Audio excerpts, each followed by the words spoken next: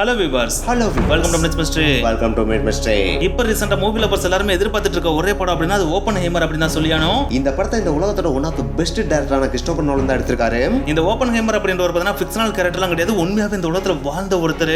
அவர் கண்டுபிடிச்ச ஒரு விஷயம் பாத்தீங்கன்னா அவருடைய வாழ்க்கையை புரட்டி போடுச்சு அப்படின்னு தான் சொல்லியானோ. சோ அப்படி அவர் என்னத்தை கண்டுபிடிச்சாரு, அதை கண்டுபிடிச்சதுக்கு அப்புறம் அவரோட வாழ்க்கை எப்படி மாறிச்சு, அதுக்கப்புறம் உலகம் எப்படி அவரை மிரண்டு பார்த்துச்சு அப்படின்ற பல இன்ட்ரெஸ்டிங்கான விஷயங்களை தான் இன்னைக்கு வீடியோல பார்க்க போறோம். இந்த வீடியோ உண்மையிலேயே செம்ம இன்ட்ரெஸ்டிங்கா இருக்கும். சோ ஸ்கிப் பண்ணாம கடைசி வரைக்கும் வீடியோ பாருங்க. வாங்க வீடியோக்குள்ள போலாம். போறதுக்கு முன்னாடி சேனலை சப்ஸ்கிரைப் பண்ணுங்க, சப்ஸ்கிரைப் பண்ணிட்டு போயிடலாம். இது ஏப்ரல் 22, 1904 வருடம். இந்த ஒரு டைம்ல நியூயார்க்ல வாழ்ந்துட்டு இருக்க ஜெர்மன் இமிகிரன்ட்ஸான ஒரு அப்பாவுக்கும் அம்மாவுக்கும் ஒரு அழகான ஆண் குழந்தை பிறக்குது. அந்த ஆண் குழந்தையோட பேர் தான் ஜூலியஸ் ராபர்ட் ஓப்பன்ஹைமர். அப்படி பிறந்த அந்த குழந்தைக்கு அப்ப தெரியாது நம்ம இந்த உலகத்துல ஒரு மிகப்பெரிய டிசாஸ்டரை ஏற்படுத்த போறோம் அப்படின்னு. இந்த குழந்தையோட அப்பா பத்தி சொல்லணும்னா ஒரு மிகப்பெரிய டெக்ஸ்டைல் இம்போர்ட்டர். சோ அவர் பிசினஸ்ல ஒரு பயங்கரமான மேனாவே வாழ்ந்துட்டு இருந்திருக்காரு. பிசினஸ்ல பயங்கரமா இருக்காருனாலே பணத்துக்கு பஞ்சம் இருக்காது இல்லையா. சோ இந்த ஓப்பன்ஹைமர் ஃபேமிலிக்கு பாத்தீங்கன்னா பணம் அப்படின்றது மேட்டராவே இருக்காது. அவங்க ரிச்சா தான் வந்துட்டு இருந்தாங்க. ஓப்பன்ஹைமரோட அம்மா பத்தி சொன்னா அவங்க செம்மையான பெயிண்டர் அப்படின்னு சொல்லலாம். சோ அதனாலேயே பாத்தீங்கன்னா அவங்க வீடு ஃபுல்லா கலர்ஃபுல்லான பெயிண்டிங்ஸா தான் இருக்குமா. சோ சின்ன வயசுலயே பாத்தீங்கன்னா அவங்க அப்பாவோட ரிச்னஸ் அவங்க அம்மாவோட கிரியேட்டிவிட்டி அப்படி ரெண்டுமே சேர்ந்த மாதிரி தான் நம்ம ஓப்பன்ஹைமர் வளர ஆரம்பிக்கிறாரு. அப்படி வளர்றப்ப அவர் ஸ்கூலுக்கு போக வேண்டிய சிச்சுவேஷன் கிரியேட் ஆகுது. அப்படி ஸ்கூல்ல சேர்க்கணும்னு முடிவு பண்ணனே அவங்க சேர்த்து விட்ட ஸ்கூலும் பயங்கர ரிச்சான ஸ்கூல் தான். அந்த டைம்லயே பாத்தீங்கன்னா நியூயார்க்ல இருக்க எலைட் பிரைவேட் ஸ்கூல்ல சேர்த்துட்டு படிக்கவும் வைக்கிறாங்க. நம்ம ஓப்பன்ஹைமரும் பாத்தீங்கன்னா வெறித்தனமா படிச்சு அவரோட ஸ்கில்ல பயங்கரமா இம்ப்ரூவ் பண்றாரு. ஃபைனலா அவருடைய ஸ்கூல் படிப்பை முடிக்கிறாரு. அதுக்கடுத்து அவர் காலேஜுக்கு போக வேண்டிய சிச்சுவேஷன் கிரியேட் ஆகுது. சோ அந்த டைம்ல நம்ம என்ன படிக்கலாம் அப்படின்னு யோசிக்கிறப்ப அவருக்கு ரொம்ப பிடிச்ச கெமிஸ்ட்ரி படிப்பை படிக்கலாம்னு எடுக்கிறாப்ல. அதுவும் எங்க எடுக்கிறாரு பாத்தீங்கன்னா இந்த உலகத்தோட மிகப்பெரிய யூனிவர்சிட்டியான ஹார்வர்ட் யூனிவர்சிட்டியில எடுக்கிறாரு. அப்படி எடுத்ததுக்கு அப்புறம் தான் அவருடைய மைண்ட்ல இன்னொரு விஷயம் பயங்கரமா ஓட ஆரம்பிக்குது. அதுதான் கெமிஸ்ட்ரியை தாண்டி இன்னொரு சப்ஜெக்ட்ல அவருக்கு ஆர்வம் அதிகமா இருக்குது. அந்த சப்ஜெக்ட் தான் பிசிக்ஸ். சோ அந்த ஒரு சப்ஜெக்ட்ல ஆர்வம் அதிகமான உடனே எக்ஸ்பெரிமெண்டல் பிசிக்ஸ் எடுத்து படிக்கலாமா அப்படின்னு சொல்லிட்டு அதே யூனிவர்சிட்டியில எக்ஸ்பெரிமெண்டல் பிசிக்ஸ் எடுத்து படிக்கிறாரு. அப்படி படிக்கிறப்ப அந்த சப்ஜெக்ட்டை மட்டும் படிக்காம கூடவே பாத்தீங்கன்னா கிரீக், பிலாசபி, பிரெஞ்சு லிட்டரேச்சர்னு சொல்லிட்டு இந்த மூணு சப்ஜெக்ட்ஸையும் சேர்த்தே படிக்க ஆரம்பிக்கிறாரு. அப்படி படிக்கிற டைம்ல பாத்தீங்கன்னா அவர் வீட்டுக்கு வரவே மாட்டாராம். அது மட்டும் கிடையாது, அவர் மேக்ஸிமம் டைம் பாத்தீங்கன்னா லைப்ரரியில உட்கார்ந்து படிக்கிறதுலே தான் ஸ்பெண்ட் பண்ணுவாராம். அந்த அளவுக்கு அவருக்கு படிப்புல அளவுக்கு அதிகமான ஆர்வம் இருந்துச்சாம். ஆனா என்னதான் இவருக்கு படிப்புல அளவுக்கு அதிகமான ஆர்வம் இருந்தாலும் அந்த சமயத்துல இவருடைய படிப்பை டிலே பண்ற மாதிரி ஒரு விஷயம் இவருடைய லைஃப்ல நடக்குது. அதுதான் இவருக்கு வந்த கொலைட்டிஸ் அப்படின்ற டிசீஸ்.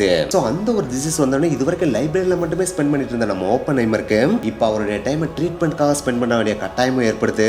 அதனாலேயே 3 வருடங்கள்ல முடிக்க வேண்டிய படிப்பை 4 வருடங்கள்ல தான் முடிக்கவே செய்றாரு. சோ இப்படி ஒன்ஸ் ஹார்வர்ட் யூனிவர்சிட்டியில படிப்பை முடிச்ச உடனே நெக்ஸ்ட் கேம்பிரிட்ஜ் யூனிவர்சிட்டிக்கு போறாரு. அந்த கேம்பிரிட்ஜ் யூனிவர்சிட்டியில இவர் படிச்ச எக்ஸ்பெரிமெண்டல் பிசிக்ஸ் இருக்கு பாத்தீங்களா, அதுக்கு ரிசர்ச்சை கண்டக்ட் பண்ண தான் போறாரு. ஸ்டார்டிங்ல அந்த கேம்பிரிட்ஜ் யூனிவர்சிட்டியில இருக்க அந்த லேபுக்கு போறப்ப பாத்தீங்கன்னா பயங்கர இன்ட்ரெஸ்டோட தான் போயிருக்காப்ல. ஆனா ஒன்ஸ் உள்ள போனதுக்கு அப்புறம் பாத்தீங்கன்னா அந்த லேப்ல இவருக்கு ரிசர்ச் அப்படின்ற ஒண்ணு சுத்தமா பிடிக்கவே இல்ல. சோ பிடிக்காத விஷயத்தை பண்ணாலே ரொம்ப நாள் உள்ள இருக்க முடியுமா என்ன? கண்டிப்பா முடியாதுல. அதுவும் பிடிக்காத விஷயத்தை பண்ணப்ப அவருக்கு டிப்ரெஷன் அதிகமாயிட்டே இருக்கு. அப்படி டிப்ரெஷன் அளவுக்கு அதிகமாயிட்டு இருக்கு. அந்த ஒரு டைம்ல பாத்தீங்கன்னா அங்க இருந்த ப்ரொஃபசர் ஒருத்தர் நீ இதை பண்ண அதை பண்ண அப்படின்னு சொல்லிட்டு அவருக்கு ஸ்ட்ரெஸ் அளவுக்கு அதிகமா கொடுத்துட்டு இருந்திருக்காப்ல. இதை பார்த்தோன்னே நம்ம ஓப்பன்ஹைமர்னாலும் கோவம் ஜிவ்வுன்னு வர ஆரம்பிச்சிருது. ஆத்தாடி இதுக்கு மேல இவ இருந்தா அப்படின்னா நம்மள டார்ச்சர் பண்ணியே கொன்றுவாண்டா அப்படின்னு சொல்லிட்டு இவனை எப்படியாச்சும் நம்ம தீர்த்து கட்டணும்டா அப்படின்னு சொல்லிட்டு ஒரு ஆப்பிள் எடுத்து அதுக்குள்ள பாய்சனை இன்ஜெக்ட் பண்ணி அதை அந்த ப்ரொஃபசருக்கு கொடுத்துருக்காப்ல. ஆனா அந்த ப்ரொஃபசரோட நல்ல நேரம் அந்த ஆப்பிள தின்னாமே தூக்கி போட்டு போயிட்டாப்ல. அது அவருக்கு இருந்த நல்ல நேரம் மட்டும் சொல்லிட முடியாது, ஓப்பன்ஹைமருக்கு இருந்த நல்ல நேரம் அப்படின்னு தான் சொல்லி ஆகணும். ஏன்னா அன்னைக்கு மட்டும் அவர் இறந்திருந்தான்னு வச்சுக்கோங்களேன், நம்ம ஓப்பன்ஹைமர் அல்லாக்கா தூக்கி ஜெயில போட்டிருப்பாங்க. இந்த உலகத்துல அவருடைய நேமும் இருக்காது, நம்மளும் அவரை பத்தி பேசிட்டு இருந்திருக்க மாட்டோம். சோ இந்த ஒரு இன்சிடென்ட் முடிஞ்சதுக்கு அப்புறம் இதுக்கு மேலே நம்ம இங்க இருந்தோம்னா இது வேலைக்கே ஆகாது அப்படின்னு சொல்லிட்டு எக்ஸ்பெரிமெண்டல் பிசிக்ஸ்ல இருந்து வெளியே வந்து தியரிட்டிக்கல் பிசிக்ஸ் எடுத்து படிக்க ஆரம்பிக்கிறாரு. அது கேம்பிரிட்ஜ் யூனிவர்சிட்டியில கிடையாது, ஜெர்மனில இருக்க கோடிங்கன் யூனிவர்சிட்டியில படிக்கிறாரு. அங்க போனதுக்கு அப்புறம் தான் அவருக்கே தெரிய ஆரம்பிக்குது நம்மளுக்கு ஆர்வம் ஃபுல்லா எக்ஸ்பெரிமெண்டல் பிசிக்ஸ்ல இல்ல தியரிட்டிக்கல் பிசிக்ஸ்ல தான் அப்படின்னு. எஸ், தியரிட்டிக்கல் பிசிக்ஸ்ல பாத்தீங்கன்னா அவர் வெறித்தனமா படிக்கிறாரு, பயங்கரமா ஸ்கோரும் பண்றாரு. சோ இந்த ஒரு விஷயத்தினாலே பாத்தீங்கன்னா அவர் யங்கா இருக்கப்பே, அதாவது அவருடைய 23வது வயசுலயே பிஹெச்டி பட்டமும் பெற்றாரு. சோ ஒன்ஸ் பிஹெச்டி பட்டம் பெற்ற உடனே மறுபடியும் ஜெர்மனில இருந்து அமெரிக்காக்கு வந்துடுறாப்ல. அமெரிக்கா வந்ததுக்கு அப்புறம் அவர் சும்மா ஒண்ணும் இல்ல, கலிபோர்னியா இன்ஸ்டிடியூட் ஆஃப் டெக்னாலஜில சேர்ந்து மறுபடியும் ரிசர்ச் பண்ண ஆரம்பிச்சிராப்ல. சோ இந்த மாதிரி தன்னுடைய படிப்புல மட்டுமே கான்சென்ட்ரேட் பண்ணி வெளி உலகத்துல என்ன நடக்குது ஏது நடக்குது அப்படின்றது தெரியாம வளர்ந்தால்தான் நம்ம ஓப்பன்ஹைமர். அப்படி இவர் வெளி உலகத்தை பத்தி தெரியாம வாழ்ந்துட்டு இருந்த அந்த ஒரு காலகட்டம் தான் 1930 காலகட்டம். அந்த ஒரு டைம்ல ஒரு பயங்கரமான நியூஸ் இந்த உலகம் ஃபுல்லா பரவ ஆரம்பிக்குது. அதுதான் இந்த உலகத்திலே ஜெர்மன் நாட்டு சயின்டிஸ்டால மட்டும்தான் நியூக்ளியர் வெப்பனை தயாரிக்க முடியும் அப்படின்ற நியூஸ். இந்த நியூஸ் ஸ்ப்ரெட் ஆன உடனே யாரு பயந்தாங்களோ இல்லையோ அமெரிக்கா பயங்கரமா பயந்தாங்க. ஏன்னா ஒன்ஸ் ஜெர்மன் சயின்டிஸ்ட் நியூக்ளியர் வெப்பனை கண்டுபிடிச்சிட்டாங்கன்னு வச்சுக்கோங்களேன், அவ்வளவுதான் அன்னைக்கோட இந்த உலகம் முடிச்சு அப்படின்னு தான் சொல்லி ஆகணும். ஏன்னா அந்த டைம்ல ஜெர்மன் ஆண்டுட்டு இருந்தது ஹிட்லர் தானே. அவருடைய கைக்கு மட்டும் நியூக்ளியர் வெப்பன் போயிருச்சு அப்படின்னா அதை கண்டிப்பா அவர் யூஸ் பண்ணியும் பாப்பாரு. அப்படி யூஸ் பண்றப்ப அதோட பவர் மட்டும் அவருக்கு தெரிஞ்சிச்சுன்னா இந்த உலகத்தோட அழிக்க முடியாத தலைவனாவே அவர் ஆயிடுவார் இல்லையா. சோ இந்த ஒரு விஷயம் மட்டும் நடந்துடக்கூடாது அப்படின்னு சொல்லிட்டு அமெரிக்கா பயங்கர கான்சியஸ் ஆக ஆரம்பிக்கிறாங்க. அப்படி அலர்ட் ஆக ஆரம்பிக்கிற அந்த ஒரு காலகட்டம் தான் 1939 காலகட்டம். இன்னும் கொஞ்சம் உங்களுக்கு புரியுற மாதிரி சொல்லணும்னா இரண்டாம் உலக போர் தொடங்கின காலகட்டம். அந்த ஒரு டைம்ல பாத்தீங்கன்னா ஜெர்மனி போலந்துக்குள்ள நுழைஞ்சிடறாங்க. இது அமெரிக்காவுக்கு இன்னும் கொஞ்சம் பீதி அதிகமாக்குது. இதை இப்படியே விட்டா வேலைக்காகாது அப்படின்னு சொல்லிட்டு 1942 காலகட்டத்துல அமெரிக்கா ஒரு ப்ராஜெக்டையும் ஆரம்பிக்கிறாங்க. அந்த ப்ராஜெக்ட்டுக்கு மேன்ஹாட்டன் ப்ராஜெக்ட் அப்படின்னு பேரும் வைக்கிறாங்க. அந்த மேன்ஹாட்டன் ப்ராஜெக்ட்டுக்கு ஃபர்ஸ்ட் அண்ட் ஃபோர்மோஸ்டா ஒருத்தரை செலக்ட் பண்ணவும் செய்றாங்க. அவர் தான் நம்ம ஓப்பன்ஹைமர். அப்படி வர செலக்ட் பண்ண அந்த மேன்ஹாட்டன் ப்ராஜெக்ட் அப்படின்றது வேற எதுவும் கிடையாது, யூஎஸோட டாப் சீக்ரெட்டான அட்டாமிக் பாம்பை உருவாக்குறது தான். சோ அது வரைக்கும் வெளி உலகத்தை பத்தி தெரிஞ்சுக்கிறாம தான் உண்டு தான் வேலை உண்டுன்னு வாழ்ந்துட்டு இருந்த நம்ம ஓப்பன்ஹைமரோட லைஃபுக்குள்ள இப்ப வெளி உலக பார்வையும் வர ஆரம்பிக்குது. அதுவும் முக்கியமான பார்வையான அட்டாமிக் பாம்பும் வர ஆரம்பிக்குது. சோ ஒன்ஸ் இவரை யூஎஸ் கவர்மெண்ட் மேன்ஹாட்டன் ப்ராஜெக்ட்டுக்குள்ள கொண்டு வந்த உடனே இவர்கிட்ட அவங்க சொன்ன ஒரே விஷயம் இதுதான், நீ எவ்வளவு காசு வேணாலும் எங்க கிட்ட வாங்கி எவ்வளவு பேரை வேணாலும் வேலைக்கு போட்டுக்க, ஆனா எங்களுக்கு நீ செய்ய வேண்டிய ஒரே விஷயம் அட்டாமிக் பாம்பை எப்படியாச்சும் நீ உருவாக்கி கொடுக்கணும், அதுவும் ஜெர்மன் சயின்டிஸ்ட் கண்டுபிடிக்கிறதுக்கு முன்னாடியே நீ எங்கிட்ட உருவாக்கி கொடுக்கணும் அப்படின்னு தான் சொன்னாங்களாம். சோ ஒன்ஸ் இப்படி யூஎஸ் கவர்மெண்ட் சொன்ன உடனே அவர் இந்த உலகத்துல இருக்கிற பயங்கர டாப் பிசிக்ஸ் மைண்டான 3000 பேரை வேலைக்கு எடுக்கிறாரு. அது மட்டும் கிடையாது, இவருக்கான ஃபெசிலிட்டி அமைக்கிறதுக்கு நியூ மெக்சிகோல இருக்கிற லாஸ் ஆல்மோஸ் அப்படின்ற ஒரு பிளேஸையும் சூஸ் பண்றாரு. இந்த ஒரு லாஸ் ஆல்மோஸ் அப்படின்ற பிளேஸ் அவர் சூஸ் பண்றதுக்கு ஒரு முக்கியமான காரணம் இருக்கு. ஏன்னா அவர் யூனிவர்சிட்டியில படிச்சிட்டு இருக்கப்போ ஒரு நோய்வாய்ப்பட்டார் இல்லையா, அந்த நோய்வாய்ப்பட்டதுக்கு அப்புறம் அவர் ரெக்கவர் ஆகி வந்த உடனே அவர் பார்த்த முதல் பிளேஸ் இந்த லாஸ் ஆல்மோஸ் தானா. சோ இந்த ஒரு பிளேஸை பார்த்த உடனே அவரோட மைண்ட்ல பார்த்தீங்கன்னா பயங்கரமான ஒரு புத்துணர்ச்சி கிரியேட் ஆச்சாம். ஏன்னா அந்த ஒரு பிளேஸ் பார்க்கிறதுக்கு அவ்வளவு பிரம்மியமா அழகா இயற்கையோட இயற்கையா இருக்குமா. சோ இந்த ஒரு பிளேஸ்ல நம்ம ஃபெசிலிட்டி அமைச்சு அதுல நம்ம ஒர்க் பண்ணோம் அப்படின்னா நம்ம பயங்கரமா ஒர்க் பண்ணலாம் அப்படின்றது அவரோட தாட்டா இருந்துச்சாம். சோ அதுக்காக தான் பாத்தீங்கன்னா இந்த ஒரு பிளேஸ் அவர் சூஸ் பண்ணாரு. சோ அப்படி சூஸ் பண்ண உடனே அவரோட ஃபெசிலிட்டி அமைக்கிறதுக்கு இவருக்கு தேவையான ப்ராடக்ட் வாங்குறதுக்கும் பாத்தீங்கன்னா யூஎஸ் கவர்மெண்ட் கிட்டத்தட்ட $6000 கொடுக்குறாங்க. அவர் அந்த ஒரு $6000 யூஸ் பண்ணி அவரோட ப்ராஜெக்ட் ஸ்டார்ட் பண்றாரு. ஆனா அப்படி ஸ்டார்ட் பண்ணி போக போக பாத்தீங்கன்னா அந்த ஒரு பட்ஜெட் அவருக்கு சுத்தமா பத்தவே இல்ல. சோ கொஞ்சமா யூஎஸ் கவர்மெண்ட் இருந்து பாத்தீங்கன்னா காசை வாங்கிட்டே இருக்காரு. அப்படி அவர் வாங்கின அந்த ஒரு பட்ஜெட் பாத்தீங்கன்னா 1945 காலகட்டத்திலே எவ்வளவா இருந்துச்சு அப்படின்னு பாத்தீங்கன்னா கிட்டத்தட்ட $2 பில்லியன் அமெரிக்கன் டாலர்ஸா இருந்துச்சாம். அது நம்மளுக்கு புரியுற மாதிரி சொல்லணும் அப்படின்னா 1945 காலகட்டத்தில் அட்டாமிக் பாம்பை உருவாக்குறதுக்காகவே யூஎஸ் கவர்மெண்ட் கிட்டத்தட்ட இந்திய ரூபாய் மதிப்பின்படி கிட்டத்தட்ட 1600 கோடி ரூபாயை இன்வெஸ்ட் பண்ணிருக்காங்க. சரி அதெல்லாம் ஓகே, எதுக்கு யூஎஸ் கவர்மெண்ட் மேன்ஹாட்டன் ப்ராஜெக்ட்டுக்கு இவரை கூப்பிட்டு ஹெட்டா போடணும்? ஏன்னா அவர் படிச்சிட்டு இருந்தது பிசிக்ஸ் தானே, அப்புறம் எதுக்கு அவர் சம்பந்தமே இல்லாம இந்த ஒரு அட்டாமிக் பாம்பு ப்ராஜெக்ட்ல கொண்டு வரணும் அப்படின்னு சொல்லிட்டு நீங்க யோசிக்கலாம். அதுக்கும் ஒரு முக்கியமான ரீசன் இருக்கு. ஏன்னா அவர் படிச்சு முடிச்சதுக்கு அப்புறம் கலிபோர்னியால இருக்கிற பெர்க்லி யூனிவர்சிட்டியில டீச் பண்ணிட்டு இருந்த டைம்ல பாத்தீங்கன்னா இவர் சைடு பை சைடு ஒரு ரிசர்ச்சும் பண்ணிட்டு இருந்திருக்காரு. அந்த ரிசர்ச் தான் நியூக்ளியர் ஃபிஷன் ரிசர்ச். அது நமக்கு புரியுற மாதிரி சொல்லணும் அப்படின்னா அணுக்கரு பிளவு அப்படின்னு சொல்லுவாங்க பாத்தீங்களா, அந்த ஒரு ரிசர்ச் தான் பண்ணிட்டு இருந்தாரு. அந்த ஒரு ரிசர்ச்ல அவர் என்ன ஒரு விஷயத்தை நோட் பண்ணார் அப்படின்னு பாத்தீங்கன்னா அணுக்கருவை பிளக்கிறப்ப அளவுக்கு அதிகமான எனர்ஜி வெளியே வருது அப்படின்றத நோட் பண்றாரு. அந்த ஒரு விஷயம் தான் யூஎஸ் கவர்மெண்ட்டுக்கு தெரிய வருது. அதனால தான் பாத்தீங்கன்னா நம்ம ஓப்பன்ஹைமரை தூக்கி இந்த டாப் சீக்ரெட்டான அட்டாமிக் பாம்பு ப்ராஜெக்டான மேன்ஹாட்டன் ப்ராஜெக்ட்டுக்கு ஓப்பன்ஹைமரையும் கொண்டு வர வைக்குது. ஓகே, இந்த ஒரு அணுக்கரு பிளவை பத்தி உங்களுக்கு சிம்பிளா புரியுற மாதிரி சொல்லணும் அப்படின்னா, அதாவது நியூக்ளியர் ஃபிஷனை பத்தி சிம்பிளா புரியுற மாதிரி சொல்லணும் அப்படின்னா, இந்த உலகத்துல கிடைக்கிற ஹெவியஸ்டான எலிமெண்ட் அப்படின்னா அது யுரேனியம் அப்படின்னு சொல்லியானோ. இந்த யுரேனியம் ஆட்டம்குள்ள பாத்தீங்கன்னா 92 புரோட்டான்ஸ் and 146 நியூட்ரான்ஸ் இருக்கும். அதனால தான் இதோட அட்டாமிக் மாஸ் பாத்தீங்கன்னா 238 இருக்கும். அதனால தான் கூட பாத்தீங்கன்னா இத நம்ம U-238 அப்படின்னு கூட அழைப்போம். இந்த U-238 இருக்கு பாத்தீங்கன்னா அந்த ஒரு எலிமெண்ட் தான் பாத்தீங்கன்னா யுரேனியம்ல பயங்கர ஸ்டேபிளான யுரேனியம் அப்படின்னு சொல்லியானோ. சோ இந்த ஒரு யுரேனியம் 238 நம்ம அணுக்கரு பிளவுக்கு உட்படுத்துறதுன்றது அவ்வளவு ஈஸியான விஷயம் கிடையாது. சோ அதுக்காக நம்ம வேற ஏதாச்சும் யோசிக்கலாமா அப்படின்னு சொல்லி இவங்க யோசிச்சுட்டு இருக்கிற அந்த ஒரு டைம்ல தான் பாத்தீங்கன்னா ஒரு மைண்ட்ல இன்னொரு யுரேனியம் எலிமெண்ட் கண்டுபிடிக்கிறாங்க. அதோட அட்டாமிக் மாஸ் எவ்வளவு இருந்துச்சு அப்படின்னு பாத்தீங்கன்னா 235 இருந்துச்சு. அதாவது U-235 இருந்துச்சு. அந்த ஒரு யுரேனியத்துல இருந்த புரோட்டான் 92 தான், ஆனா நியூட்ரான் மட்டும் 143 இருந்துச்சு. சோ இந்த ஒரு யுரேனியம் பாத்தீங்கன்னா அந்த அளவுக்கு ஸ்டேபிளான யுரேனியம் கிடையவே கிடையாது. இது ஒரு அன்ஸ்டேபிளான யுரேனியம். இந்த ஒரு யுரேனியத்தை நம்ம நியூட்ரானை வச்சு அணுக்கரு பிளவுக்கு உட்படுத்தணும் அப்படின்னா அது ஈஸி அணுக்கரு பிளவுக்கு உட்பட்டுரும் அப்படின்றதுதான் இவங்களோட ஒரு மிகப்பெரிய நம்பிக்கையா இருந்துச்சு. அது உங்களுக்கு இன்னும் கொஞ்சம் புரியுற மாதிரி தியரிட்டிக்கலா சொல்லணும் அப்படின்னா இந்த அன்ஸ்டேபிளான யுரேனியம் 235 நம்ம நியூட்ரானை வச்சு தாக்குறப்ப அந்த நியூட்ரான் இந்த யுரேனியம்குள்ள போய் சேர்ந்துட்டு யுரேனியம் 236 ஆ மாறும். இந்த யுரேனியம் 236 இருக்கு பாத்தீங்களா, இது ஹைலி அன்ஸ்டேபிளான ஒரு எலிமெண்ட் அப்படின்னு சொல்றாங்க. சோ இது ஹைலி அன்ஸ்டேபிள் அப்படின்றதுனால பாத்தீங்கன்னா இது ரெண்டா பிளக்கும். அப்படி பிளக்கறப்ப பாத்தீங்கன்னா ஒன்னு பேரியம் 141 போகும், இன்னொன்னு கிரிப்டான் 92 போகும். இந்த ரெண்டும் பாத்தீங்கன்னா ஓரளவுக்கு நல்ல ஸ்டேபிளான எலிமெண்ட் அப்படினே சொல்லலாம். சோ இது ரெண்டு மட்டும் பிளந்துச்சுனா ஒரு பிரச்சனையும் கிடையாது. ஆனா இப்படி ரெண்டா பிளக்கறப்ப எக்ஸ்ட்ரா ரெண்டு விஷயமும் எக்ஸ்போஸ் ஆகும். அதுதான் 3 நியூட்ரான்ஸ் and அளவுக்கு அதிகமான எனர்ஜி. இந்த ஒரு அளவுக்கு அதிகமான எனர்ஜி நம்ம இப்ப கன்சிடர் பண்ணோம்னா உள்ள இருந்து வெளியே வந்த அந்த 3 நியூட்ரான்ஸ் இருக்கு பாத்தீங்களா, அந்த 3 நியூட்ரான்ஸை மறுபடியும் நம்ம 3 U-235 கூட நம்ம மோத விட்டோம் அப்படின்னா அந்த 3ல இருந்து 9 நியூட்ரான்ஸ் வெளியே வரும். அது மட்டும் கிடையாது, அந்த 3ல இருந்து பாத்தீங்கன்னா அளவுக்கு அதிகமான எனர்ஜியும் வெளியே வரும் இல்லையா. அந்த ஒரு எனர்ஜி இப்போதைக்கு நம்ம கன்சிடர் பண்ணாம வச்சுக்கிட்டு அந்த 9 நியூட்ரான்ஸ் இருக்கு பாத்தீங்கன்னா, அந்த 9 நியூட்ரான்ஸையும் 9 U-235 கூட நம்ம மோத விட்டோம் அப்படின்னா 9ல இருந்து 3 நியூட்ரான்ஸ் நம்ம கன்சிடர் பண்ணோம் அப்படின்னா 27 நியூட்ரான்ஸ் வெளியே வரும் இல்லையா. அது மட்டும் கிடையாது, 9 அளவுக்கு அதிகமான எனர்ஜியும் வெளியே வரும் இல்லையா. இதை நம்ம செயின் ரியாக்ஷன் மாதிரி அடுத்தடுத்து நியூட்ரான்ஸை வச்சு U-235 கூட மோத விட்டுட்டே இருந்தா அது அளவுக்கு அதிகமான எனர்ஜியை இமேஜின் பண்ண முடியாத அளவுக்கு பயங்கரமா எக்ஸ்போஸ் பண்ணும் இல்லையா.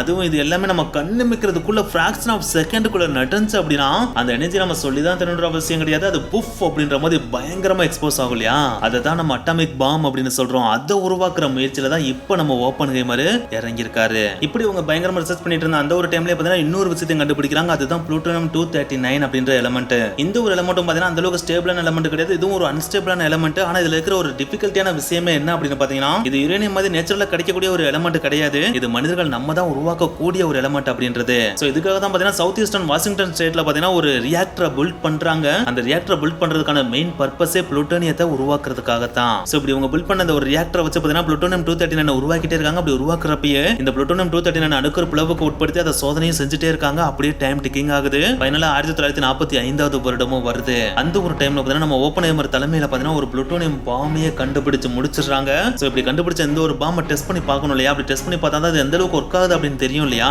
சோ அதுக்காக ஒரு டேட்டையும் ஃபிக்ஸ் பண்றாங்க, பிளேஸையும் ஃபிக்ஸ் பண்றாங்க. அப்படி இவங்க ஃபிக்ஸ் பண்ண டேட் ஜூலை 16, 1945. இவங்க ஃபிக்ஸ் பண்ண பிளேஸ் நியூ மெக்சிகோல இருக்கிற அல்மோகோட்டோல இருக்கிற ஒரு ஸ்மால் வில்லேஜ். இப்படி டேட் அண்ட் பிளேஸை ஃபிக்ஸ் பண்ண உடனே இவங்க உருவாக்கின அந்த ஒரு புளூட்டோனியம் பாம் எடுத்துட்டு அந்த பிளேஸ்க்கு கொண்டு போய் வைக்கிறாங்க. வைக்கிறோட மட்டும் இல்லாம அவங்க எதிர்பார்த்துட்டு இருந்த அந்த தருணமும் வருது. அந்த தருணம் வந்த உடனே இந்த புளூட்டோனியம் பாம்பை டெஸ்டும் பண்றாங்க. அப்படி டெஸ்ட் பண்ண ரிசல்ட் பாத்தீங்கன்னா இவங்களை வேற லெவல்ல மிரள வைக்குது. ஏன்னா இது சக்சஸ்ஃபுல்லா வெடிச்சு முடிச்சிருது. சோ இப்படி ஒன்ஸ் புளூட்டோனியம் பாம்பை சக்சஸ்ஃபுல்லா சோதனை பண்ணி முடிச்ச உடனே நம்ம மீடியாட்ட வந்து ஓப்பன்ஹைமர் சொன்ன ஒரே விஷயம் இதுதான். இதை பார்த்து சில பேர் சிரிக்கலாம், சில பேர் அழுகலாம், சில பேர் சைலண்டாவும் மாறலாம். ஆனா இந்த ஒரு விஷயத்தை மட்டும் நான் சொல்றேன், இதுக்கப்புறம் ஹியூமனாவே இருக்க மாட்டான். அவனை அழிக்கிறதுக்கான ஆயுதத்தை அவனே உருவாக்கிட்டான். சோ இதுக்கு முன்னாடி மனிதன் வாழ்ந்த அந்த ஒரு அழகான உலகம் இதுக்கப்புறம் அழகான உலகமா இருக்காது அப்படின்னு சொல்லிட்டு அங்க இருந்து கிளம்பினாராம். சோ ஒன்ஸ் இந்த அட்டாமிக் பாம்பை டெஸ்ட் பண்ணி பார்த்த உடனே யுஎஸ் கவர்மெண்ட் எடுத்த ஒரே முடிவு, இந்த உலகத்துல நம்மளுடைய திறமையை வெளிப்படுத்தணும் அப்படின்னா இதை ரியல் லொகேஷன்ல டெஸ்ட் பண்ணி பார்க்கணும் அப்படின்றதான். சோ அப்படி இவங்க யோசிச்சுட்டு இருந்த அந்த ஒரு டைம்ல தான் ஜப்பான் வாலண்டரியா வந்து அமெரிக்காவோட பேர்ல் ஹார்பரை தாக்கிட்டு போயிருவாங்க. அதை பார்த்த உடனே அமெரிக்காவுக்கு செம்ம காண்டாயிரும். இதுக்கு மேலே நம்ம பொறுத்தா வேலைக்கே ஆகாது, நம்ம உருவாக்கின அட்டாமிக் பாம்பை இவங்க மேலே போய் டெஸ்ட் பண்ணி பார்த்துட்டு வந்துருவோம் அப்படின்னு சொல்லிட்டு ஆகஸ்ட் 6, 1945 வருஷம் இந்த உலகத்தோட மோஸ்ட் பவர்ஃபுல் வெப்பனான புளூட்டோனியம் பாம்பை ஜப்பான்ல இருக்க ஹிரோஷிமா சிட்டி மேல போடுறாங்க. அப்படி போட்ட உடனே அடுத்த ஃபிராக்ஷன் ஆஃப் செகண்ட்ல 1,40,000 மக்கள் கொல்லப்படுறாங்க. அதுல எக்கச்சக்கமான மக்கள் காற்றோட காற்ற கலந்தும் போயிடுறாங்க. இதோட அமெரிக்கன் பார்ட்ல அடுத்த 3வது நாளே பாத்தீங்கன்னா இதே புளூட்டோனியம் பாம்பை கொண்டு போய் நாகசாகிலையும் போடுறாங்க. அங்கேயும் பாத்தீங்கன்னா ஃபிராக்ஷன் ஆஃப் செகண்ட்ல 74,000 பேர் இறந்து போயிடுறாங்க.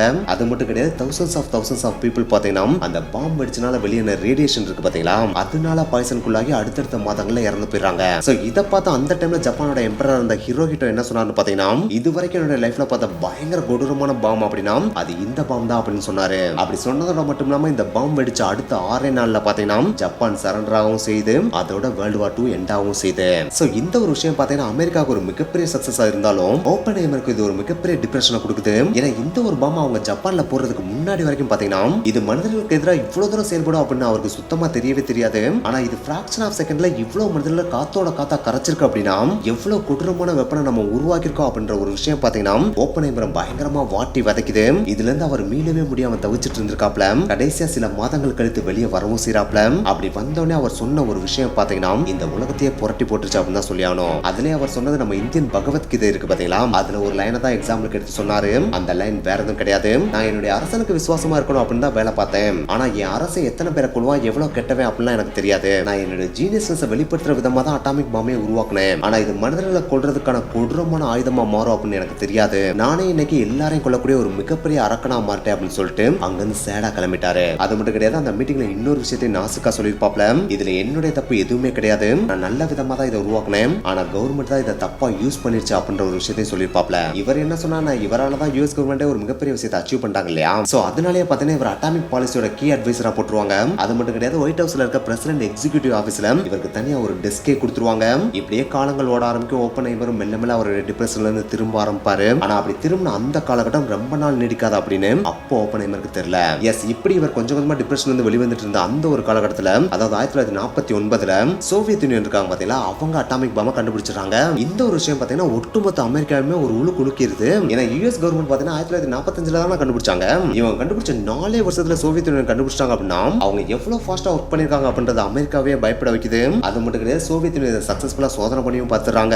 இந்த ஒரு விஷயமும் அமெரிக்காவை நடுநடுங்க வைக்குது. சோ இதை நம்ம இப்படியே விட்டுட்டோம் அப்படின்னா சோவியத் யூனியனோட கை ஓங்க ஆரம்பிச்சிடும். இதுக்கு நம்ம வழி விடவே கூடாது. நம்ம இந்த அட்டாமிக் பாம்போட பவர்ஃபுல்லான ஒரு வெப்பனை கண்டுபிடிச்சாங்க அப்படின்னு சொல்லிட்டு ஓப்பன்ஹைமரை கூப்பிட்டு ஒரு ப்ராஜெக்டையும் கொடுக்குறாங்க. அதுதான் நீங்க இப்ப என்ன பண்ணியோ எது பண்ணியோ எங்களுக்கு தெரியாது, எங்களுக்கு ஹைட்ரஜன் பாம்பை கண்டுபிடிச்சா அப்படின்ட்டாங்க. இதை கேட்டோன்னே ஓப்பன்ஹைமருக்குனாலும் பக்குன்னு அடிச்சிருது. ஏன்னா அட்டாமிக் பாம்பை கூட ஒரு கேட்டகரியில சேர்த்துடலாம், ஆனா ஹைட்ரஜன் பாம்பை எந்த கேட்டகரியில இடத்துலயும் சேர்க்க முடியாது.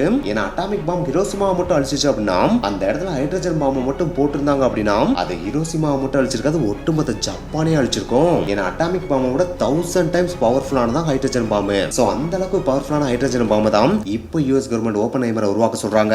இந்த ஒரு விஷயம் பாத்தீங்கன்னா ஓப்பன்ஹைமரை பயங்கரமா கடுப்பா வைக்குது. எங்க நான் ஆல்ரெடி கண்டுபிடிச்சு கொடுத்த அட்டாமிக் பாம்பை வச்சு நீங்க இவ்வளவு பேரை கொண்டு விட்டீங்க, இதுல ஹைட்ரஜன் பாம்லாம் கண்டுபிடிச்சு கொடுத்தேன் அப்படின்னா நீங்க உலகத்தை அழிச்சு போடுவீங்க. அந்த ஒரு கொடூரமான பாவத்துக்கு நான் ஆளாக விரும்பல, தயவு செய்து என்ன ஆள விட்டுருங்க அப்படின்னு சொல்லிட்டு அங்கிருந்து கிளம்பி போயிட்டாப்லையா. இந்த ஒரு விஷயம் பாத்தீங்கன்னா யூஎஸ் கவர்மெண்ட்டுக்கு பயங்கரமான கோவத்தை கிரியேட் பண்ணுது. கோவத்தை கிரியேட் பண்றதோட மட்டும் இல்லாம ஓப்பன்ஹைமர் மேல சந்தேகத்தை உருவாக்க ஆரம்பிக்குது. எஸ், சோவியத் யூனியன் இவ்வளவு குயிக்கா ஒரு அட்டாமிக் பாம்பை கண்டுபிடிச்சிருக்காங்க அப்படின்னா கண்டிப்பா ஒரு மிகப்பெரிய சயின்டிஸ்ட் ஹெல்ப் பண்ணிருக்கணும் இல்லையா. அது ஏன் ஓப்பன்ஹைமரா இருக்க கூடாது அப்படின்னு சொல்லிட்டு யூஎஸ் கவர்மெண்ட் யோசிக்க ஆரம்பிக்கிறாங்க. அது மட்டும் கிடையாது, இவர் யூஎஸ் கவர்மெண்ட் சொன்ன விஷயத்தையும் கேட்காம ஓடுறாரு இல்லையா. சோ இந்த ரெண்டு விஷயத்தினாலதான் மேபி ஓப்பன்ஹைமர் சோவியத் யூனியனோட ஸ்பையா இருக்கலாம் அப்படின்னு சொல்லிட்டு யோசிக்க ஆரம்பிக்கிறாங்க. இதை நம்ம கன்ஃபார்ம் பண்ணா இவனை கம்ப்ளீட்டா வாட்ச் பண்ணி ஆகணும் அப்படின்னு சொல்லிட்டு நம்ம ஓப்பன்ஹைமரோட ஹிஸ்டரியை கம்ப்ளீட்டா சர்ச் பண்ணி எடுக்க ஆரம்பிக்கிறாங்க. அப்படி எடுக்கிறப்பையும் சில விஷயங்கள் ஓப்பன்ஹைமருக்கு எதிராக திரும்புது. அதுல முதல் விஷயம் இவர் ஃபர்ஸ்ட் லவ் பண்ண பொண்ணு. இவர் 1936 காலகட்டத்தில் யூனிவர்சிட்டியில படிச்சிட்டு இருக்கப்போ ஒரு பொண்ணை லவ் பண்ணி இருந்திருக்காப்ல. அந்த பொண்ணு பாத்தீங்கன்னா பியூர் கம்யூனிஸ்ட். கம்யூனிஸ்ட் அப்படின்னாலே சோவியத் யூனியன் தானே. அதுலயே அந்த பொண்ணுக்கு பாத்தீங்கன்னா எக்கச்சக்கமான நல்ல உதவிகள் பண்ண பிடிக்கும். அப்படி பண்றப்ப நம்ம ஓப்பன்ஹைமரும் ரிச் இல்ல, அதனாலே தாசையில இருந்து எக்கச்சக்கமான காசை கொடுத்து அந்த பொண்ணுக்கு ஹெல்ப் பண்ணிருக்காப்ல. சோ இந்த ஒரு விஷயம் பாத்தீங்கன்னா யூஎஸ் கவர்மெண்ட் திங்க் பண்ண வைக்குது. ஏன்னா அமெரிக்கானாலே கேபிட்டலிஸ்ட் இல்லையா. அப்படி இருக்கப்போ ஒருத்தன் கம்யூனிஸ்ட் ஹெல்ப் பண்றான் அப்படின்னாலே கண்டிப்பா அவனுக்கு கம்யூனிஸ்ட் நாடுகள் மேல ஆர்வம் இருக்கு அப்படின்னு சொல்லிட்டு யூஎஸ் கவர்மெண்ட் திங்க் பண்ண ஆரம்பிக்கிறாங்க. இந்த ஒரு விஷயத்தை இன்னும் கொஞ்சம் வலுப்படுத்துற மாதிரி 1940 வருஷம் நம்ம ஓப்பன்ஹைமர் ஒரு பொண்ணையும் கல்யாணம் பண்றாரு. அந்த பொண்ணு பாத்தீங்கன்னா பெர்க்லேல இருந்த ஒரு ஸ்டூடெண்ட். அந்த பொண்ணும் பாத்தீங்கன்னா ஒரு கம்யூனிஸ்ட் தான். சோ ஓப்பன்ஹைமருக்கு டிஃபால்ட்டாவே கம்யூனிஸ்ட் மேல ஆர்வம் இருக்கு அப்படின்றத யூஎஸ் கவர்மெண்ட் கண்டுபிடிக்கிறாங்க. சோ அப்படின்னா இவன் தான் சோவியத் கவர்மெண்ட்டுக்கு ஹெல்ப் பண்ணிக்கலாம் அப்படின்னு சொல்லிட்டு யூஎஸ் கவர்மெண்ட் திங்க் பண்ண ஆரம்பிக்கிறாங்க. அப்படி யூஎஸ் கவர்மெண்ட் இவருக்கு எதிராக ஒவ்வொரு எவிடன்ஸா கலெக்ட் பண்றது அந்த ஒரு டைம்ல இன்னமும் இவருடைய வாழ்க்கை நிலை குலைக்கிற மாதிரி இவருடைய காலம் இவருக்கு எதிராக திரும்புது. எஸ், அந்த ஒரு டைம்ல யூஎஸ் கவர்மெண்டோட காங்கிரஸ் ஜாயின்ட் கமிட்டியோட எக்ஸிகியூட்டிவ் டைரக்டரா இருந்த பார்டன் அப்படின்ற ஒரு பாத்தீங்கன்னா ஓப்பன்ஹைமர் கண்டிப்பா சோவியத் யூனியனோட ஸ்பை தான் அப்படின்னு சொல்லிட்டு அடிச்சு சொல்ல ஆரம்பிச்சிருவாரு. அப்படி சொல்றதோட மட்டும் இல்லாம இத கேஸ இன்னொரு தட்ட கொண்டு போகவும் செய்வாரு. அவர் தான் அட்டாமிக் எனர்ஜி கமிஷனோட சேர்மனான லெவி ஸ்ட்ராஸ் அப்படின்றவரு. இதுல இருக்கிற கொடுமையான விஷயம் என்ன அப்படின்னு பாத்தீங்கன்னா இந்த லெவி ஸ்ட்ராஸ் இருக்காரு பாத்தீங்களா, அவருக்கு ஓப்பன்ஹைமர் இடையில ஏற்கனவே வைக்கா தகராறு இருந்திருக்கு. ஏன்னா இதுக்கு முந்தின வருஷம் தான் பாத்தீங்கன்னா நம்ம ஓப்பன்ஹைமர் நம்ம லெவி ஸ்ட்ராஸை பயங்கரமா அவமானப்படுத்தி விட்டுருப்பாப்ல. அதுவும் எங்க அவமானப்படுத்தி விட்டுருப்பாரு பாத்தீங்கன்னா காங்கிரஸோட ஹியரிங் இருக்கு பாத்தீங்கன்னா அங்கேயே போயிட்டு நம்ம ஓப்பன்ஹைமர் லெவி ஸ்ட்ராஸை பயங்கரமா அவமானப்படுத்திருப்பாப்ல. சோ இதனாலே பாத்தீங்கன்னா லெவி ஸ்ட்ராஸ் எப்பட நமக்கு சான்ஸ் கிடைக்கும், எப்பட நம்ம ஓப்பன்ஹைமரை பழிதீர்க்கலாம் அப்படின்னு சொல்லிட்டு வெயிட் பண்ணிட்டு இருந்திருக்காப்ல. அப்படி வெயிட் பண்ணிட்டு இருக்கப்ப இந்த மாதிரி ஒரு ஆப்பர்ச்சுனிட்டி அவருக்கு கிடைச்சிச்சு அப்படின்னா அதை சும்மாவா விடுவாப்ல. சோ இந்த ஒரு ஆப்பர்ச்சுனிட்டி வந்த உடனே அவரும் பாத்தீங்கன்னா நம்ம ஓப்பன்ஹைமர் கண்டிப்பா ஸ்பையா தான் இருப்பா அப்படின்னு சொல்லிட்டு உடனே விசாரணை கமிஷன் அமைச்சிருவாங்க. இந்த ஒரு விசாரணை கமிஷனே பாத்தீங்கன்னா கிட்டத்தட்ட 4 வாரம் போகும். இந்த 4 வாரம் பாத்தீங்கன்னா மேலதிகாரிகள் மாறி மாறி மாறி மாறி ஓப்பன்ஹைமர்ட்ட கொடஞ்சு கேள்வியை கேட்டுட்டே இருப்பாங்க. சோ இந்த ஒரு விஷயம் பாத்தீங்கன்னா ஓப்பன்ஹைமரை பயங்கரமா நிலைகுலைய வைக்கும், அவரை உச்சக்கட்ட டிப்ரெஷனுக்கே கொண்டு போகும். ஃபைனலா இந்த விசாரணை கமிஷனோட ரிசல்ட் வர டேட்டும் வரும். அந்த ஒரு டேட்ல பாத்தீங்கன்னா 3 நீதிபதி இருப்பாங்க. அந்த 3 நீதிபதியில 2 பேர் எதுக்கு சப்போர்ட் பண்றாங்களோ அதுதான் ஃபைனல் தீர்ப்பாவும் எடுப்பாங்க. அதுல ஃபர்ஸ்ட் நீதிபதி பாத்தீங்கன்னா ஓப்பன்ஹைமருக்கு சப்போர்ட் பண்ணி சொல்லுவாரு. இன்னொரு நீதிபதி பாத்தீங்கன்னா ஓப்பன்ஹைமருக்கு எதிராக இவர் ஸ்பைன்னு சொல்லுவாரு. ஃபைனலா ஒரே ஒரு நீதிபதி இருப்பாரு, அவர் எதுக்கு சப்போர்ட் பண்றாரோ அதுதான் ஃபைனல் தீர்ப்பாவும் எடுப்பாங்க. அப்படி ஃபைனல் தீர்ப்பை கொடுக்க போற அந்த ஒரு நீதிபதி யார் அப்படின்னு பாத்தீங்கன்னா அவர் வேற யாரும் கிடையாது, நம்ம லெவி ஸ்ட்ராஸ் இருக்காரு பாத்தீங்களா, அவர் தான் அந்த நீதிபதி. லெவி ஸ்ட்ராஸுக்கு தான் நம்ம ஓப்பன்ஹைமரை பார்த்தாலே பிடிக்காது இல்லையா. சோ அவர் தீர்ப்பு நம்ம சொல்லி தான் தரணும்ன்ற அவசியம் கிடையாது. அவர் ஓப்பனாவே டக்குன்னு நான் ஓப்பன்ஹைமருக்கு எதிராக தான் சொல்றேன், அவன் ஸ்பை அப்படின்னு சொல்லிட்டு தீர்ப்பு கொடுத்துறாரு. சோ அப்படி தீர்ப்பு கொடுத்த உடனே நம்ம ஓப்பன்ஹைமர் ஸ்பை தான் அப்படின்னு சொல்லிட்டு அடிச்சு சொல்லிடுறாங்க. அப்படி சொன்ன உடனே ஓப்பன்ஹைமர் இருந்த எல்லா பதவிகளுமே பறிக்கப்படுது. அது மட்டும் கிடையாது, ஓப்பன்ஹைமரோட வீடு இருக்கு பாத்தீங்கன்னா அந்த வீட்டை 24x7 அப்படின்ற மாதிரி எல்லா டைமும் கண்காணிக்கவும் உத்தரவு கொடுத்துறாங்க. அது மட்டும் கிடையாது, மீடியாவும் பாத்தீங்கன்னா இவரை பத்தி தப்பா எழுத ஆரம்பிக்கிறாங்க. அப்படி எழுத ஆரம்பிச்ச அந்த ஒரு மீடியாவை பார்த்த மக்களும் ஓப்பன்ஹைமர் உண்மையிலேயே ஸ்பை தான், அவன் கெட்டவன் அப்படின்னு சொல்லிட்டோம் சொல்ல ஆரம்பிக்கிறாங்க.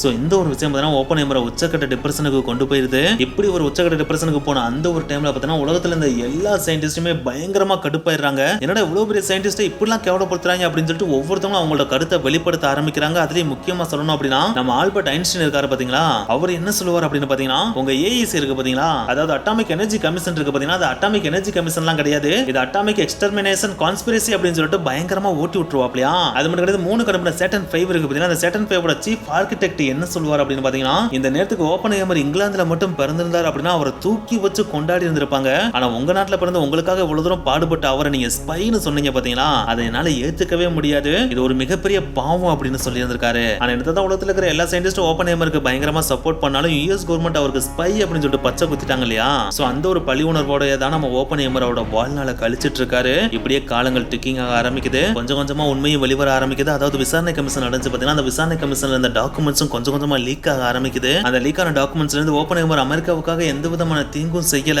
அமெரிக்காவுக்கு எதிராக எதுவும் செய்யவும் இல்ல, அவர் ஸ்பையாவும் கிடையாது, அவர் நல்லவர் அப்படின்ற விஷயங்களும் வெளியே தெரிய ஆரம்பிக்குது. இப்படி ஒரு நல்லவர் தெரிய ஆரம்பிச்ச அந்த டைம்ல, அதாவது 1962 காலகட்டத்தில் அந்த டைம்ல அமெரிக்காவோட பிரசிடென்டா இருந்த ஜான் கென்னடி நோபல் பிரைஸ் வாங்கின எல்லாருக்குமே பாத்தீங்கன்னா டின்னர் கொடுக்கறதுக்காக அழைச்சிருந்தாரு. அப்படி நோபல் பிரைஸ் வாங்கினவங்களுக்காக அரேஞ்ச் பண்ணப்பட்ட அந்த ஒரு டின்னர்ல நோபல் பிரைஸ் வாங்காத ஒரு சயின்டிஸ்டையும் நம்ம ஜான் கென்னடி அழைத்திருந்தாரு. அவர் தான் ஓப்பன்ஹைமர். அப்படி அழைக்கப்பட்ட அந்த ஒரு டின்னருக்கு ஓப்பன்ஹைமர் வர்றாரு. அப்படி வந்து அந்த ஓப்பன்ஹைமர்ட்ட நம்ம ஜான் கென்னடியும் ஒரு விஷயத்த சொல்றாரு. நீங்க நல்லவர்ன்றதை நாங்க இப்ப அண்டர்ஸ்டாண்ட் பண்ணிக்கிறோம், ஆனா இந்த ஒரு விஷயத்தை மக்களுக்கு தெரிவிக்கணும் அப்படின்னா உங்களுக்கு எதிராக சுமத்தப்பட்ட இந்த ஒரு குற்றத்தை எதிர்த்து நீங்க ஒரு ட்ரையல் கொடுங்க, அந்த ஒரு ட்ரையலை ஏத்துக்கிட்டு நாங்களும் உங்களை நல்லவர் அப்படின்னு சொல்லிட்டு அனௌன்ஸ் பண்ணிடுவோம் அப்படின்னு சொல்லிட்டு கென்னடி சொல்றாரு. ஆனா இதை கேட்ட ஓப்பன்ஹைமர், நான் ட்ரையல் போட்டு தான் நான் நல்லவனு ப்ரூவ் பண்ணணும்ன்ற அவசியம் கிடையாது, மக்களா என்னை என்னைக்கு நல்லவனு புரிஞ்சுக்கிறாங்களோ அன்னைக்கே நான் நல்லவனா இருந்துட்டு போறேன் அப்படின்னு சொல்லிட்டு அங்கிருந்து கிளம்பி போயிட்டாராம். அதுக்கடுத்து 1963 வருஷம் அந்த டைம்ல யூஎஸோட பிரசிடென்டா இருந்த ஜான்சன் அப்படின்றவரு ஓப்பன்ஹைமர் கூட அமெரிக்காவோட உயரிய விருதான பெர்மி அவார்டை ஓப்பன்ஹைமருக்கு கொடுத்தாரு. அப்படி கொடுத்தப்பயும் அந்த ஒரு இடத்துல ஓப்பன்ஹைமர் பார்த்தீங்கன்னா ஒரு விஷயத்தை பயங்கர காமெடி அங்க சொல்லிட்டு போவாரு. அதுதான், உங்களுக்கு உண்மையிலேயே தைரியம் ரொம்ப ஜாஸ்தி பிரசிடென்ட் அவர்களே, ஏன்னா ஒரு ஸ்பையை கூப்பிட்டு இவ்வளவு பெரிய உயரிய அவார்டு கொடுக்குறீங்க அப்படின்னா நீங்க உண்மையிலேயே பயங்கரமான தைரியமானவர் அப்படின்னு சொல்லிட்டு பயங்கர நகைச்சுவா சொல்லி அந்த அவார்டை வாங்கிட்டு போவாராம். இப்படி அளவுக்கு அதிகமான டிப்ரெஷனுக்குள்ளான ஓப்பன்ஹைமருக்கு இந்த ஒரு விருது கொடுத்தோன்னே அவர் மேல இருந்த பழி எல்லாமே பார்த்தீங்கன்னா கொஞ்சம் கொஞ்சமா விலக ஆரம்பிக்குது. அப்படி விலகின அந்த ஒரு டைம்ல, அதாவது 1965 காலகட்டத்தில் இவர் அளவுக்கு அதிகமா சிகரெட் பிடிச்சதுனாலே த்ரோட் கேன்சர் அவருக்கு வந்துருது. அந்த த்ரோட் கேன்சர் வந்த 2 வருடங்கள்ல, அதாவது 1967 வருஷம் நம்ம ஓப்பன்ஹைமர் இறந்தும் போயிடுறாரு. சோ இப்படிதான் உலகத்துல ஒரு மனுஷன் தோன்றினாம், இந்த உலகத்தை அழிக்கக்கூடிய ஒரு மிகப்பெரிய வெப்பனை உருவாக்கினாம், ஃபைனலா அவரும் இறந்து போயிட்டாரு. அவர் தான் ஓப்பன்ஹைமர். ஓகே गाइस, இந்த வீடியோ முடிஞ்சது. இந்த வீடியோ உங்களுக்கு பிடிச்சிருந்துச்சுனா லைக் பண்ணுங்க, ஷேர் பண்ணுங்க, போகும்போது மறக்காம நெட் மெசேஜ் சப்ஸ்கிரைப் பண்ணுங்க. ஓகே गाइस, நெக்ஸ்ட் வீடியோல மீட் பண்ணலாம். பை.